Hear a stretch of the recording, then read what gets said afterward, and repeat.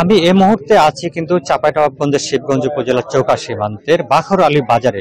এই বাজারে কিন্তু কিছুক্ষণ আগে সীমান্তের সর্বশেষ পরিস্থিতি নিয়ে কিন্তু একটি মত বিনিময় সভা করেছেন চাঁপাইনবাবগঞ্জ মহানন্দা 59 বিজিবি ব্যাটালিয়নের অধিনায়ক লেফটেন্যান্ট কর্নেল গোলাম কিবরিয়া। এই মত বিনিময়ে কিন্তু স্থানীয় চেয়ারম্যান, ইউপি মেম্বার এবং সাধারণ নাগরিকরা কিন্তু ছিলেন। গোলাম কিবরিয়া যে বিষয়টি বলছেন কি আসলে মানুষকে তারা সচেতন করার জন্যই কিন্তু এই মত বিনিময়টি করেছেন। স্থানীয়দের যে অভিযোগ, গতকালকে যে চাঁপাইনবাবগঞ্জের চোকা এবং কিরণগঞ্জ সীমান্তে যে সহিংসতার ঘটনা ঘটেছে, এই ঘটনার পরপরই কিন্তু চাঁপাইনবাবগঞ্জ জেলার বিভিন্ন মানুষজন কিন্তু এসে একেবারে তারা কিন্তু সীমান্তের শৃঙ্খলা না বুঝে সীমান্তের দিকে তারা অগ্রসর হচ্ছিলেন এবং যে কৃষক আছে এই কৃষকের যে ফসলগুলা তারা অতি কষ্টে কিন্তু উপার্জিত এই ফসলগুলা কিন্তু তারা নষ্ট করেছে এবং যে অতি রঞ্জিত কিছু মানুষ আছে যারা টিকটকার আছে, ফেসবুকার, ইউটিউবার আছে, তারা কিন্তু এসে পরিস্থিতি আরো ঘোরাটে করেছে বলে তারা আমাদেরকে জানিয়েছেন। আমি একটু সংযুক্ত করতে চাই বিনোদপুর ইউনিয়ন পরিষদের চেয়ারম্যান আলহাজ রুহুল আমিনকে। রুহুল আমিনের কাছ থেকে আমরা একটু জানতে চাই যে এখন সীমান্তের বর্তমান পরিস্থিতি কি এবং আপনারা আজকে এখানে কি করলেন, একটু যদি আমাদের দর্শকদের যদি বলেন। আজকে সীমান্ত এলাকার পরিস্থিতি এখন বর্তমানে শান্ত।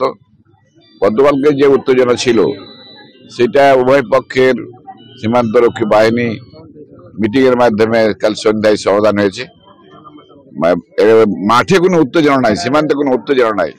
উত্তেজনা থাকলে মানুষের মনের মাঝে আছে, কিন্তু এখন আমরা মানুষকে বোঝাবার চেষ্টা করছি যে আপনারা শান্ত থাকেন, যেমন ভাবে শান্ত আছেন শান্ত থাকেন, ভবিষ্যতে আর কোন রকমের কোনো ঘোলাটে পরিস্থিতি সৃষ্টি না হয়। আমরা এই জন্য মানুষের কাছে, আমি, আমার ইউপি সদস্য এবং বিজিবি সবাই চেষ্টা করছি আমরা মানুষকে বোঝানোর যে না, আর কোনো ভয়েরও কারণ নাই, আর পরিস্থিতি ঘোলাটা হবে না, আপনারা শান্ত থাকলে সব শান্ত থাকবে।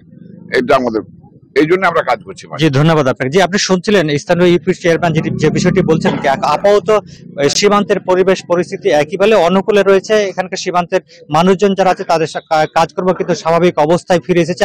আমরা এখন একজন ইউনিয়ন পরিষদের মেম্বারের সাথে কথা বলতে চাই, তার কাছ থেকে জানবো তিনি কিন্তু এই মত বিনিময় ছিলেন। আসলে কি সিদ্ধান্ত হলো, আপনারা কি বার্তা দিতে চান, এখন সীমান্তের পরিস্থিতি কি? আসসালামু আলাইকুম, আমি বাদশা মেম্বার বিনোদপুর ইউনিয়ন 9 নম্বর ওয়ার্ড চৌকা। আপনার আমাদের এলাকা স্বাভাবিক বর্তমানে পরিস্থিতি ভালো আছে। বর্তমানে সচেতন আমাদের পাবলিক জনগণ। আমরা চাই যে কোনো মাঠে জনগণ আমরা যেতে দেব। আমার স্যার আছে, চেয়ারম্যান স্যার আছে, সিও মহোদয় আছে এখানে। আমরা চাই যে আমরা শান্ত পরিবেশে সবাই বসবাস করতে চাই। জি, ধন্যবাদ আপনাকে। আপনি শুনছিলেন কি একজন ইউপি মেম্বার বলছিলেন কি পরিবেশ পরিস্থিতি আপাতত শান্ত আছে এবং বাংলাদেশের যারা সাধারণ নাগরিক আছে তারা যেন সীমান্তে যেন অহেতুক যেন গ্যাঞ্জাম যেন না সৃষ্টি করে এবং মানুষজনের ফসল যেন না নষ্ট করে সে বিষয়টি তিনি বলছেন। আপনাকে যদি একটু আমি বলে রাখি যে গতকাল কিরণগঞ্জ এবং চোকা সীমান্তের মাঝামাঝি স্থানে কিন্তু ভারতীয় সীমান্তরক্ষী বাহিনী বিএসএফ এর সহযোগিতায় ভারতের যারা নাগরিক আছে তারা কিন্তু অস্ত্র শস্ত্রে সজ্জিত হয়ে কিন্তু বাংলাদেশের অভ্যন্তরে প্রবেশ করে বাংলাদেশের নাগরিকদের যে আম গাছ আছে এবং ফসল আছে সে ফসল তারা কিন্তু নষ্ট করার চেষ্টা করেছিলেন। এবং আমরা দেখেছি সীমান্ত এলাকা ঘুরে, আজকে সকালে ঘুরে এসেছি এবং গতকাল তো সারাদিন সীমান্ত এলাকায় ছিলাম, আমরা দেখেছি কি যে বেশ কিছু তারা কিন্তু তাজা তাজা আম গাছ তারা কেটে ফেলেছে। এই আম গাছ এবং ফসল যখন নষ্ট করছিল ভারতীয় লোকজন, তখন বাংলাদেশের যারা কৃষক ছিলেন, একেবারে দরিদ্র কৃষক যারা ছিলেন, তারা কিন্তু বাধা দিয়েছিল। এই বাধা দিতে গেলেই কিন্তু ভারতের যারা লোকজন আছে তারা কিন্তু বাংলাদেশি নাগরিকদের উপর কিন্তু চড়া হয় এবং কয়েক দফাতে তারা হামলার চেষ্টা করে এবং হামলার ঘটনা ঘটে। আমরা দেখেছি, আমরা ভিডিও ফুটেজে দেখেছি তারা কিন্তু সাউন্ড গ্রেনেড, টিয়ার শেল, তাজা বোমা এবং দেশীয় অস্ত্র এছাড়া কিন্তু তীর ধনুক নিয়েও কিন্তু তারা বাংলাদেশিদের উপর তারা হামলা চালাচ্ছিলেন। এই হামলায় কিন্তু 5 থেকে 7 জন বাংলাদেশি সাধারণ নাগরিক আহত হয়েছিল এবং আমরা একজনকে দেখেছি, একজন বিজিবি সদস্য কিন্তু তিনি কিন্তু আহত হয়েছিলেন, তাকে কিন্তু হাসপাতালে ভর্তি করা হয়েছে। এছাড়া যে বাংলাদেশি যারা নাগরিক আহত হয়েছিল তারা কিন্তু বিভিন্ন জায়গাতে চিকিৎসা নিচ্ছিলেন। পরে সারাদিন উত্তপ্ত পরিস্থিতির পরে কিন্তু বিকেল গড়ে যখন সন্ধ্যা নাগাদ একেবারে শূন্য রেখার পাশে কিন্তু বাংলাদেশের বিজিবি এবং বিএসএফ এর মধ্যে একটি পতাকা বৈঠক অনুষ্ঠিত হয়। সেই পতাকা বৈঠকে বাংলাদেশের বিজিবির পক্ষে কড়া প্রতিবাদ জানানো হয় এবং যে গতকালকে যে অনাকাঙ্ক্ষিত ঘটনা বিএসএফ এর সহযোগিতায় করানো হয়েছে সে প্রতিবাদ জানানো হয়। তারা কিন্তু সম্মত হয়েছে, তারা কিন্তু দুঃখ প্রকাশ করেছে বিএসএফ। এই বিষয়টি আমাদেরকে কিন্তু লেফটেন্যান্ট কর্নেল গোলাম কিবরিয়া আমাদেরকে নিশ্চিত করেছে। আমরা একটু সীমান্তের পাশের সীমান্ত এলাকার যে বাসিন্দা আছে তাদের সাথে একটু কথা বলতে চাই। আসলে কি কারণে বারবার সহিংস ঘটনা বিএসএফ ভারতের নাগরিকদেরকে তারা সহযোগিতা করছে? জি, আপনি যদি একটু বলেন।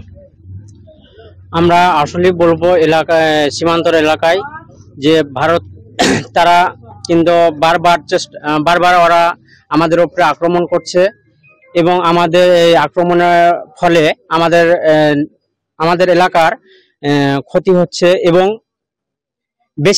বেশ কিছু ফসল নষ্ট হয়েছে, যেমন সর্ষে ক্ষেত, আম গাছ ক্ষেত। তারপরে অনেক মানুষ আহত হয়েছে, যেমন 6-7 জন, কারো মাথা কেটেছে, বিজিবি সদস্য হাত কেটেছে,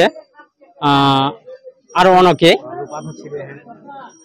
তারা বোমা মেরেছে, বিস্ফোরণ যে বোমা, তারা গ্যাস বোমা ছেড়েছে, অস্ত্র দিয়েছে। তারপরে জি, ধন্যবাদ আপনাকে। জি, আপনি শুনছিলেন কি একজন প্রত্যক্ষদর্শী, সীমান্তে পাড়ার একেবারে প্রত্যক্ষদর্শী, তিনি যে ঘটনাটি সরাসরি দেখেছেন, তিনি যে বিষয়টি বর্ণনা করলেন, একেবারে কিন্তু ভয়ানক অবস্থা। ভারতীয় সীমান্তরক্ষী বাহিনী বিএসএফ এর সহযোগিতায় কিন্তু ভারতীয় নাগরিকরা কিন্তু দেশীয় এবং বিভিন্ন অস্ত্র নিয়ে কিন্তু তারা বাংলাদেশিদের উপর একাধিকবার তারা হামলা চালাচ্ছে।